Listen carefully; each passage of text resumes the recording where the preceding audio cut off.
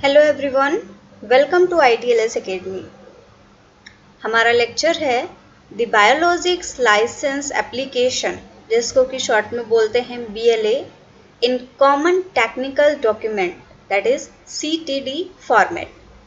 Biologic licence applications क्या होती हैं कॉमन टेक्निकल डॉक्यूमेंट फॉर्मेट में, ये इसका पहला पार्ट है। और चलिए कंटिन्यू करते हैं इसको। इंट्रोडक्शन। सबसे पहले हम जानेंगे कि ये बायोलॉजिकल लाइसेंस एप्लीकेशन है क्या। The purpose of a biological license application, that is BLA, is to submit documentation that demonstrates the safety and efficacy of the biologic for which a marketing application is being sought. जो biological licence application है, इसका main purpose ये होता है कि एक type का application है, एक डॉक्यूमेंट ही तो होता है एप्लीकेशन। तो ये एक ऐसा डॉक्यूमेंट होता है जिसको तब सबमिट किया जाता है जब आप कोई भी प्रोडक्ट मार्केट में लेके आते हैं। तो आप ये बताते हैं कि आपका जो प्रोडक्ट है वो सेफ है और मार्केटिंग में वो जा सकता है, उसको सेल किया जा सकता है और जो पब्लिक है वहाँ तक पहुँचाया जा सकता है। तो ये ऐसा एप्लीकेशन है, एक ऐसा डॉक्यूमेंट है जो बताता है कि जो प्रोडक्ट है वो सेफ है और प्रोडक्ट की एफिकेसी बताता है of the biologic for which a marketing application is being sold. एक आपने वैक्सीन बनाई, अब आपको इसे मार्केट में भेजना है, तो आपको इसके लिए लाइसेंस लेना होता है कि आप ये बताएंगे। लाइसेंस आपको किस बेसिस पे मिलता है कि जो आपने वैक्सीन बनाई है वो सेफ है या नहीं है, वो पब्लिक को दी जा सकती है या नहीं दी जा सकती है, उस वैक्सीन की एफिकेसी क्या है। तो ये सारे प्रॉपर्टीज़ को बताते हुए आप एप्लीकेशन डालते हैं लाइसेंस की, उसी को बोला जाता है बायोलॉजिकल लाइसेंस एप्लीकेशन। ये जो है BLA, ये आता है section 505 of the federal food drug and cosmetic act. Important में पूछा जा सकता है, याद रखिएगा। Part 314 of title 21 in the code of federal regulations. Full form भी अक्सर पूछी जाती हैं, तो अगर CFR आता है कहीं पे तो ये होता है code of federal regulations. In addition to safety and efficacy data, information regarding the chemistry, manufacturing and control is also submitted. अब इसके अलावा आपने बना लिया, आपने डॉक्यूमेंट सबमिट कर दिया कि ये सेफ है और इसकी एफिकेसी है।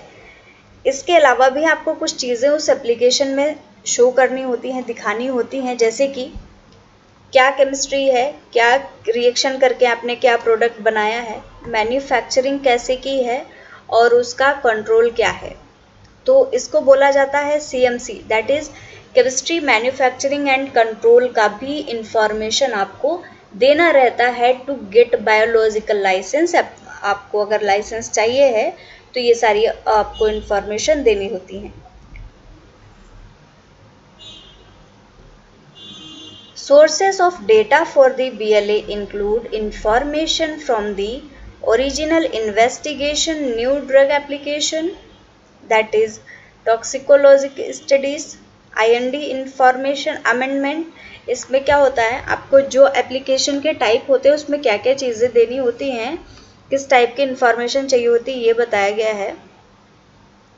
अगर न्यू ड्रग एप्लीकेशन है तो उसकी toxicology studies, IND information amendment, जैसे कि इसमें data on drug product formulation, product का फॉर्मुलेशन कैसे किया गया है। फेज़ 1 स्टडी रिपोर्ट, आपने कहीं ना कहीं क्लिनिकल ट्रायल भी किया होगा तो उसका रिपोर्ट्स क्या है। कार्सिनोजेनिसिटी स्टडी रिपोर्ट आपने देखा होगा, अगर आप केमिकल्स को देखते हैं तो केमिकल्स पे अक्सर लिखा होता है कि कार्सिनोजेनिक है या नहीं, क्योंकि काफ़ी केमिकल्स ऐसे भी होते हैं कि आपके ज़रा से टच में आने पर भी वो कैंसर कॉज कर सकते हैं। तो उस आपका जो वैक्सीन या कोई भी ड्रग है उसकी कार्सिनोजेनेसिटी की रिपोर्ट एंड एसे डिस्क्रिप्शन, कौन कौन से एसेज किए हैं, क्या रिजल्ट है और कैसा उनका डिस्क्रिप्शन है, ये सारी आपको इंफॉर्मेशंस देनी होती हैं for any new application. And documents created solely for the BLA, और ये जो डॉक्यूमेंट्स है सारे सोलली आपको बीएलए के लिए, that is biological licence application के लिए देने होते हैं, जैसे कि लैबलिंग, मैन्युफैक्चरिंग प्रोसेस डिस्क्रिप्शन, इससे validation and stability data.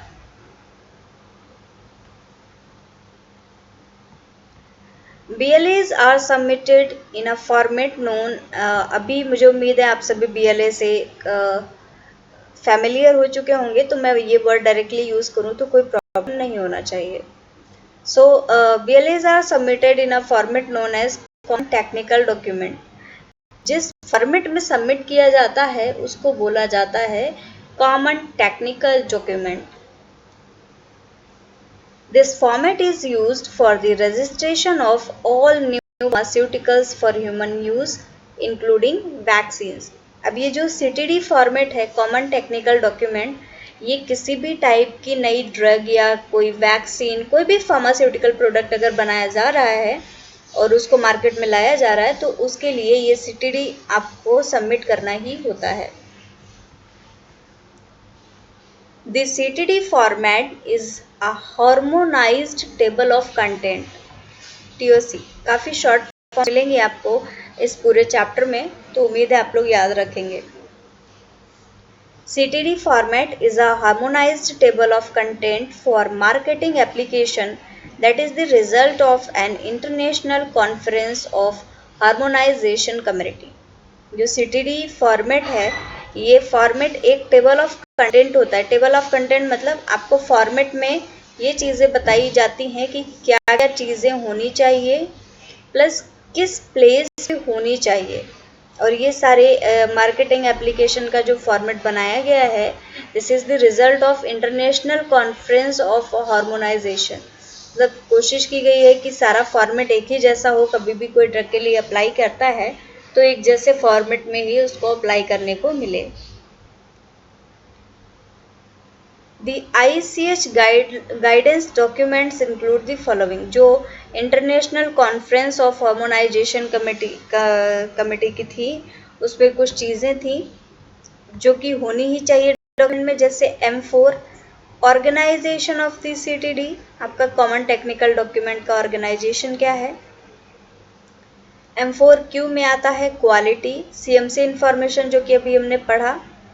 M4S में आता है सेफ्टी, जिसमें नॉन क्लिनिकल इंफॉर्मेशंस होती हैं।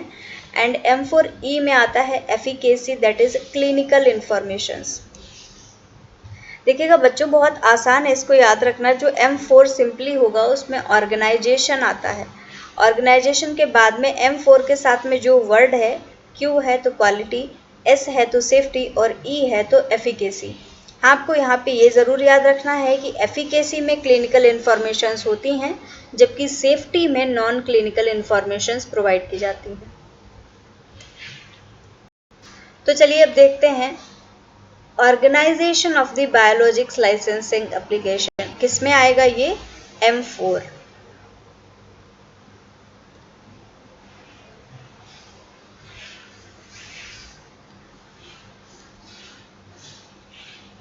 The CTD is organized into 5 modules। अब इसके 5 modules हैं। पहला module 1। Module 1 is country or region specific and contains the information that is unique to a region। Module 1 में कौन सी इंफॉर्मेशन आती हैं, किसी भी देश या किसी पर्टिकुलर क्षेत्र से संबंधित स्पेसिफिक इंफॉर्मेशंस और किसी पर्टिकुलर रीजन या किसी क्षेत्र की ही इंफॉर्मेशंस पे वो फोकस्ड होते हैं। नेक्स्ट है module 2। Module 2 contains summary documents for module 3 to 5। Module 2 में जो मॉड्यूल 3 and 5 हैं उसकी एक समरी आपको मिलती है, एक समरी पूरी आपको मॉड्यूल 2 में मिल जाती है कि पूरा डॉक्यूमेंट कैसा है और उसमें क्या क्या चीज़ें होने वाली हैं। Module 2 is similar to the expert report for those who are familiar with the old format used in Europe. ये एक एक्सपर्ट रिपोर्ट की तरह होती है जो मॉड्यूल 2 होता है, और काफ़ी कुछ इसका फॉर्मेट यूरोप में पहले जो ओल्ड फॉर्मेट यूज़ किया जाता था उसके जैसा ही होता है।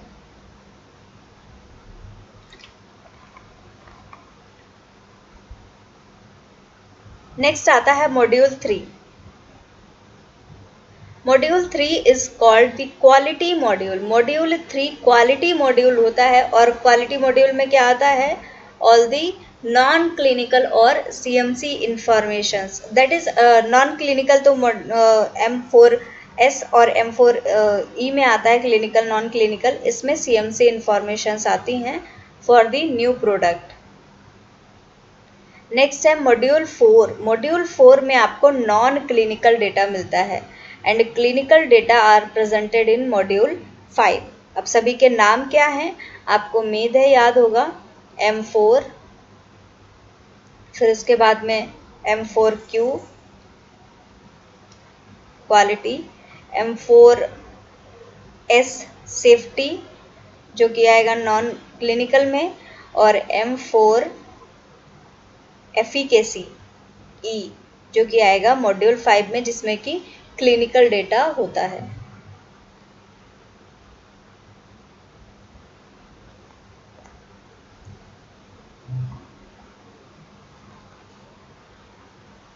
अब यहाँ पे देखते हैं मॉड्यूल 1 का कुछ फॉर्मेट दिया गया है।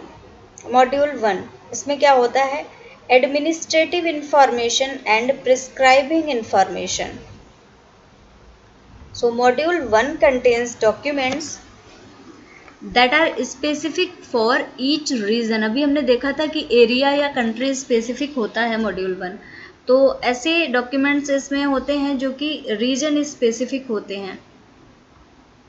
Information that is required in a US submission includes the following. जो मॉड्यूल 1 में आपको चीज़ें चाहिए होती हैं उसमें क्या क्या चीज़ें होंगी ये यहाँ पे दिए गए हैं, जैसे कि FDA फॉर्म 356 और comprehensive table of content indexing the application documents. उम्मीद है आप लोगों को ये समझ में आ रहा होगा कि टेबल ऑफ कंटेंट में क्या डालते हैं, इंडेक्सिंग कैसे करते हैं एप्लीकेशन डॉक्यूमेंट की। फिर आता है एडमिनिस्ट्रेटिव डॉक्यूमेंट्स, इसमें आपकी पेटेंट इंफॉर्मेशन एंड सर्टिफिकेशन होता है, डिबारमेंट सर्टिफिकेट होता है, यूज़र फ्री कवर शीट होती है, यूज़र फी कवर शीट, आपका फाइनेंशियल डिस्क्लोजर या सर्टिफिकेशन इंफॉर्मेशन होती है, letters of authorisation for reference, environmental assessment और रिक्वेस्ट फॉर एक्सक्लूजन। इन्वायरमेंट पे कैसा इम्पैक्ट है आपका ड्रग या जो वैक्सीन है उसका, वो भी ज़रूरी होता है यहाँ पे देना। Next statements of claimed exclusivity and waiver request, कि आपको कोई भी आपका पर्टिकुलर चार्ज लग रहा है उसमें वेवियर चाहिए है तो आप उसमें भी एडमिनिस्ट्रेटिव डॉक्यूमेंट्स में ही लगा सकते हैं। नेक्स्ट आता है proposed labelling. Draft labelling in new package insert format, annotated package insert and container labelling. ये सारी लेबलिंग आपको कहाँ कहाँ पे लेबलिंग करनी है। जैसे आपने ये बॉटल बनाई है और इस बॉटल में ही आप अपने प्रोडक्ट को डालने वाले हैं, तो इसमें लेबल कहाँ पे लगाएंगे, ड्राफ्ट लेबलिंग कहाँ पे होगी, अनोटेड पैकेज इंसर्ट कहाँ पे होगा, और कंटेनर की लेबलिंग कहाँ पे की जाएगी। ये प्रपोज्ड लेबलिंग भी आपको दिखानी रहती है एडमिनिस्ट्रेटिव इंफॉर्मेशन के साथ में। नेक्स्ट है module 2, that is common technical document summaries. अब इसमें कॉमन जो आपके CTD होते हैं उनकी समरीज होती हैं। Module 2 is organised into 7 sections. Module 2 के 7 सेक्शंस हैं that contain summaries of the quality, non-clinical and clinical modules, and is the CTD equivalent of the old expert report for the European authority. Module 2 को 7 sections में divide किया गया है, जिसमें कि quality, non clinical, clinical informations होती हैं। और अभी हमने देखा था कि कुछ ऐसी इंफॉर्मेशंस जो होती हैं वो यूरोपियन अथॉरिटी में जो पहला फॉर्मेट यूज़ किया जाता था उसके इक्विवेलेंट होती हैं। तो सबसे पहला आता है CTD table of content. Table of content in section 2.1 should contain, अब मॉड्यूल 2 है तो 2 का जब सब डिवीज़न होगा तो 2.1, 2.2 इस तरीके से नेमिंग होगी। तो जो टेबल ऑफ कंटेंट है in section 2.1 should contain a listing of the sections with their corresponding volumes. इसमें प्रॉपर लिस्टिंग होती है कि किस वॉल्यूम में, किस सेक्शन में क्या चीज़ है। This table of content is essentially a summary of the table of contents from module 1, 3, 4 and 5 and should have only the major section numbering outlined by the ICH guideline to the 5th level।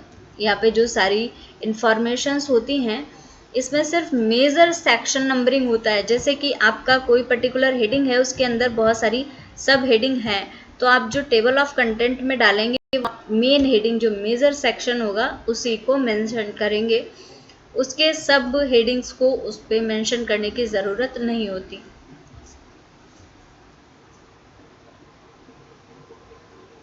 अब next है CTD introduction.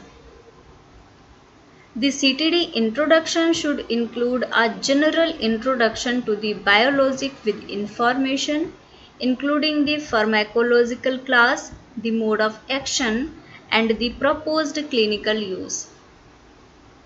जो CTD introduction होगा इसमें general introduction होगा जो भी आपका product है उसका, उसके साथ ही उसकी वो किस फार्मेकोलॉजिकल कैटेगरी में आ रहा है, किस क्लास में आ रहा है, ये इन्फॉर्मेशन होगी। उसका मोड ऑफ एक्शन क्या है, किस तरीके से वर्क कर रहा है आपका प्रोडक्ट, और साथ ही साथ उसका प्रपोज्ड क्लिनिकल यूज़ कहाँ कहाँ पे उसको यूज़ किया जा सकता है। ये सारी चीज़ें आएंगी कॉमन टेक्निकल डॉक्यूमेंट के इंट्रोडक्शन सेक्शन में। नेक्स्ट आता है quality overall summary. The quality overall summary is a summary of the body of data found in module 3। Module 3 में जो भी डेटा होगा उसकी एक क्वालिटी की ओवरऑल समरी दी जाएगी इस क्वालिटी ओवरऑल समरी सेक्शन में।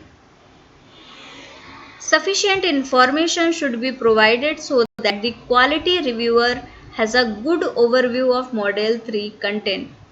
इतनी इन्फॉर्मेशन इस सेक्शन में होनी चाहिए कि आपका जो प्रोडक्ट है उसके बारे में जो रिव्यूअर है वो एक अच्छा ओवरव्यू बना सके, उसको पता चले वो छोटी सी चीज़ पढ़ के कि हाँ आपका प्रोडक्ट है उसमें ये क्वालिटीज़ हैं, ऑफकोर्स ये अच्छा होने वाला है। तो आपकी क्वालिटी आपको इस सेक्शन में दिखानी पड़ेगी। Discussions in the quality overall summary should include critical की पैरामीटर्स। जो बहुत क्रिटिकल की पैरामीटर्स हैं वो क्या क्या हैं। डेविएशंस फ्रॉम गाइडेंस डॉक्यूमेंट्स, कोई भी अगर डेविएशन है, कुछ भी गाइडेंस डॉक्यूमेंट से डेविएशन किया गया है तो वो होना चाहिए। एंड एन इंटीग्रेशन ऑफ की इंफॉर्मेशन फ्रॉम मॉड्यूल 4 और 5, और की इंफॉर्मेशंस का इंटीग्रेशन अगर किया गया है मॉड्यूल 4 एंड 5 से, that is clinical and non clinical information से, तो वो भी यहाँ पे मेंशन किया जाना चाहिए।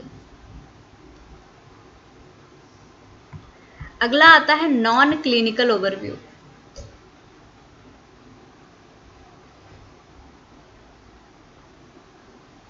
Non clinical overview should provide a comprehensive factual synopsis of the non clinical data found in module 4। Module 4 में जो भी नॉन क्लिनिकल डेटा है उसका एक सिनॉप्सिस ये प्रोवाइड करते हैं। सिनॉप्सिस मतलब आपने जो जो कोई मेथडोलॉजी यूज़ की है, जो भी रिजल्ट्स हैं, उनका एक छोटा छोटा सा introduction each and every section का यहाँ पे दिया जाता है, as well as an integrated and critical assessment of the pharmacologic, pharmacokinetic and toxicologic evolution of the product. जो आपका प्रोडक्ट है उसकी फार्मेकोलॉजिक असेसमेंट, उसकी फार्मेकोकाइनेटिक्स एंड टॉक्सिकोलॉजिकल इंफॉर्मेशंस भी यहाँ पे प्रोवाइड की जाती हैं। This overview includes an evaluation of the pharmacokinetic effect. ये जो ओवरव्यू है इसमें फार्माकोकाइनेटिक इफेक्ट का ओवरव्यू मिलता है। द मोड ऑफ एक्शन, इसका मोड ऑफ एक्शन क्या है, एंड पोटेंशियल इफेक्ट, और आपके प्रोडक्ट का जो पोटेंशियल इफेक्ट है वो भी आपको नॉन क्लिनिकल ओवरव्यू में मिल जाता है। नेक्स्ट आता है clinical overview, that is module 5। उम्मीद है आप सभी को मॉड्यूल सारे ही याद हो गए होंगे क्योंकि इतनी बार हमने रिपीटेड बेसिस पे सेम नाम लिए हैं। तो चलिए लास्ट जो मॉड्यूल 5 है उसका क्लिनिकल ओवरव्यू उसको भी देख लेते हैं। The clinical overview should provide a critical analysis of the clinical data found in Module 5. Module 5 में जितना भी आपका डेटा है उसकी प्रॉपर उसकी क्रिटिकल एनालिसिस आप प्रोवाइड करेंगे क्लिनिकल ओवरव्यू में, क्योंकि यही मेन सेक्शन होगा जहाँ पे आपको डिटेल्ड एनालिसिस की रिपोर्ट देनी होती है, as well as a brief discussion and interpretation of the results.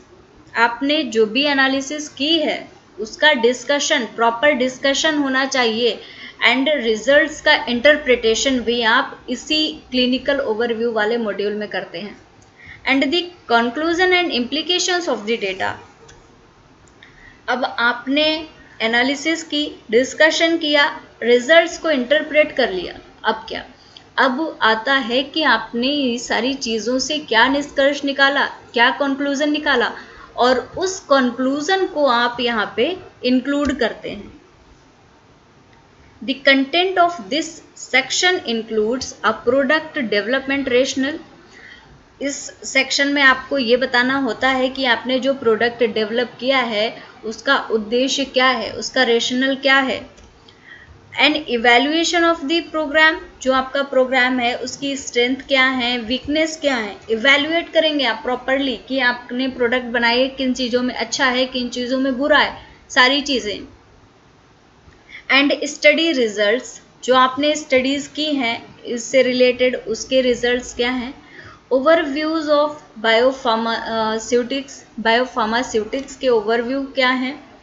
Clinical pharmacology, efficacy, safety, ये सारी चीज़ें होती हैं। साथ ही साथ में a discussion of the benefit and risk, बहुत इंपॉर्टेंट चीज़ कि इसका बेनिफिट क्या है और रिस्क क्या है with respect to the intended use of the product. आपने वैक्सीन बनाई, ये ह्यूमंस को देनी है, अब आपको यहाँ पे ये बताना होगा कि ये वैक्सीन देने से बेनिफिट क्या है और रिस्क कौन कौन से हो रहे हैं। इंटेंडेड यूज़ मतलब जिस उद्देश्य के लिए उस प्रोडक्ट को बनाया गया है उस उद्देश्य को पूरा करने में क्या फ़ायदे हैं और साथ ही साथ में क्या नुकसान है। जैसे कि वैक्सीन बॉडी में जा रही है, पैथोजेंस को किल कर रही है, of course this is a benefit, but what about the risk. ऐसा तो नहीं वो वैक्सीन जाके खुद ही कुछ ऐसा कर रही है कि वो अगली प्रॉब्लम क्रिएट कर दे रही है। तो ये सारी चीज़ें भी आपको क्लिनिकल ओवरव्यू वाले मॉड्यूल में रखनी होती हैं। And a discussion of the relevance of the data to the package insert, जो पैकेज है आपका उसका डेटा कितना रेलिवेंट है उसका भी डिस्कशन इसी क्लिनिकल ओवरव्यू के मॉड्यूल में आपको देना होता है। So thank you very much everyone for watching this lecture. उम्मीद है आपको चीज़ें समझ में आई होंगी। फॉलो करिए ITLS Academy को on various social media platforms for various kind of course and lectures. So thank you for watching. Like this video, share and subscribe to our YouTube channel. For any kind of help or query, आप comment section में comment करके अपने doubts को पूछ सकते हैं। इसके अलावा you can call us on our helpline number 7080833450। आप व्हाट्सएप भी कर सकते हैं अगर कोई कोर्स ज्वाइन करना है या कोई डाउट है। इसके अलावा आप हमारी वेबसाइट www.itlsacademy.com पर भी विजिट कर सकते हैं। So again, thank you very much everyone for watching this lecture.